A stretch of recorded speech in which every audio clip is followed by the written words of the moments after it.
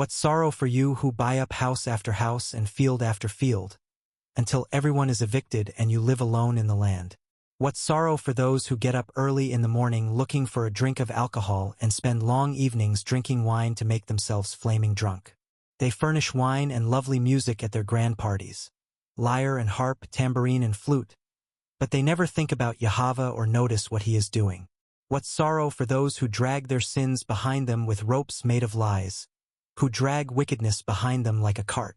What sorrow for those who say that evil is good and good is evil, that dark is light and light is dark, that bitter is sweet and sweet is bitter. What sorrow for those who are wise in their own eyes and think themselves so clever. What sorrow for those who are heroes at drinking wine and boast about all the alcohol they can hold. What sorrow awaits the unjust judges and those who issue unfair laws. What sorrow awaits those who try to hide their plans from Yahweh, who do their evil deeds in the dark. Yahweh can't see us, they say. He doesn't know what's going on. What sorrow awaits my rebellious children, says Yahweh. You make plans that are contrary to mine. You make alliances not directed by my spirit, thus piling up your sins. What sorrow awaits those who look to Egypt for help, trusting their horses, chariots, and charioteers and depending on the strength of human armies instead of looking to Yahweh, the Holy One of Israel.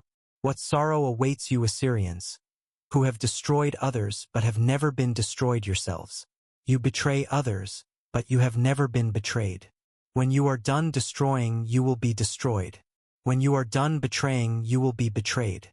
What sorrow awaits those who argue with their Creator.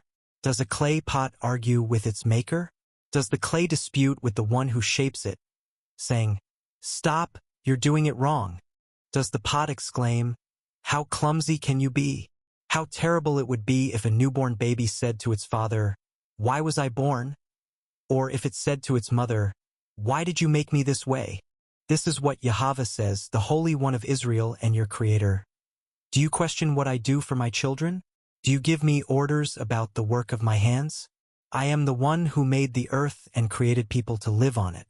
With my hands I stretched out the heavens. All the stars are at my command. I have seen your adultery and lust, and your disgusting idol worship out in the fields and on the hills. What sorrow awaits you, Jerusalem? How long before you are pure? What sorrow awaits the leaders of my people, the shepherds of my sheep, for they have destroyed and scattered the very ones they were expected to care for, says Yahweh. This is what the sovereign Yahweh says. What sorrow awaits the false prophets who are following their own imaginations and have seen nothing at all. This is what the sovereign Yahweh says. What sorrow awaits you women who are ensnaring the souls of my people, young and old alike. You tie magic charms on their wrists and furnish them with magic veils. Do you think you can trap others without bringing destruction on yourselves? Then this message came to me from Yahweh. Son of man, prophesy against the shepherds, the leaders of Israel. Give them this message from the sovereign Yahweh. What sorrow awaits you shepherds who feed yourselves instead of your flocks? Shouldn't shepherds feed their sheep? You drink the milk, wear the wool, and butcher the best animals, but you let your flock starve. You have not taken care of the weak. You have not tended the sick or bound up the injured. You have not gone looking for those who have wandered away and are lost. Instead, you have ruled them with harshness and cruelty. So my sheep have been scattered without a shepherd, and they are easy prey for any wild animal. What sorrow awaits those who have deserted me?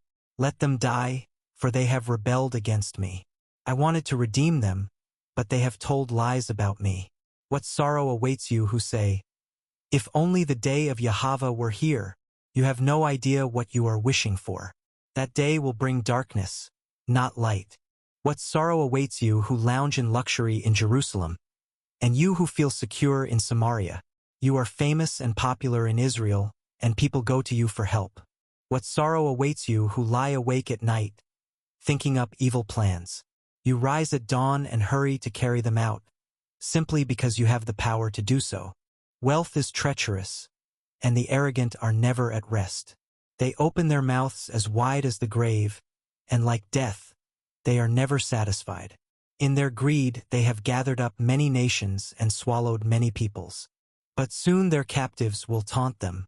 They will mock them, saying, "What sorrow awaits you thieves? Now you will get what you deserve. You've become rich by extortion. But how much longer can this go on?" Suddenly, your debtors will take action. They will turn on you and take all you have, while you stand trembling and helpless. Because you have plundered many nations, now all the survivors will plunder you. You committed murder throughout the countryside and filled the towns with violence. What sorrow awaits you who build big houses with money gained dishonestly? You believe your wealth will buy security, putting your family's nest beyond the reach of danger. But by the murders you committed, you have shamed your name and forfeited your lives. The very stones in the walls cry out against you, and the beams in the ceilings echo the complaint. What sorrow awaits you who build cities with money gained through murder and corruption? Has not Yahweh of heaven's armies promised that the wealth of nations will turn to ashes?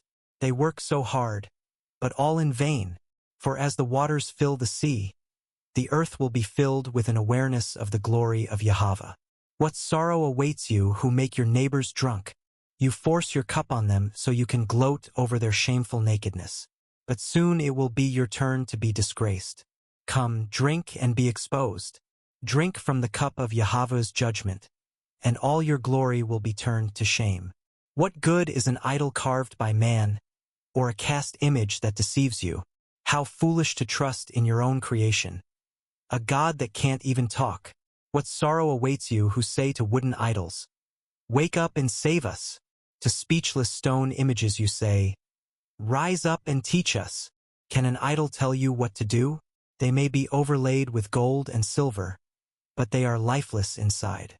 But Yahweh is in his holy temple. Let all the earth be silent before him. Then Yahweh said to me, "Go again and play the part of a worthless shepherd." This illustrates how I will give this nation a shepherd who will not care for those who are dying, nor look after the young, nor heal the injured, nor feed the healthy. Instead, this shepherd will eat the meat of the fattest sheep and tear off their hooves. What sorrow awaits this worthless shepherd who abandons the flock?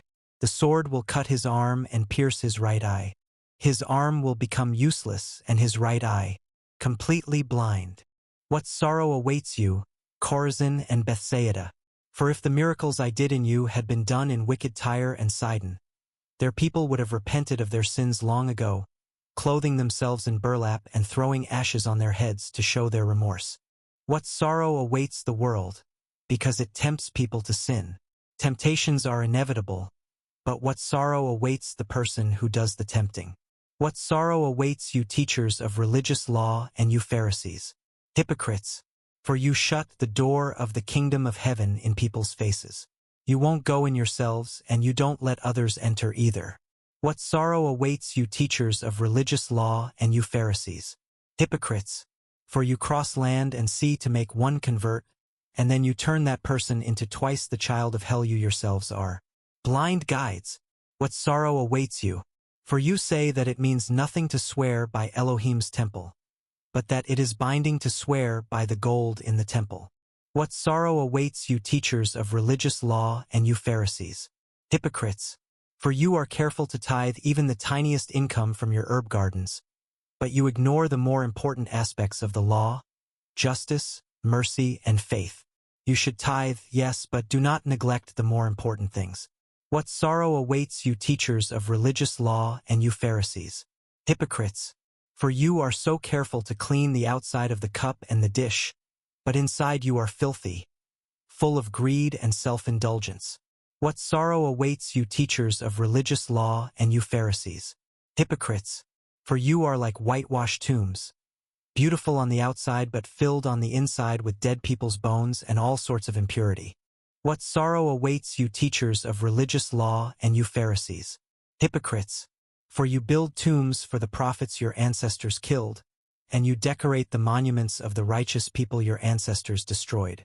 What sorrow awaits you who are rich, for you have your only happiness now. What sorrow awaits you who are fat and prosperous now, for a time of awful hunger awaits you. What sorrow awaits you who laugh now, for your laughing will turn to mourning and sorrow.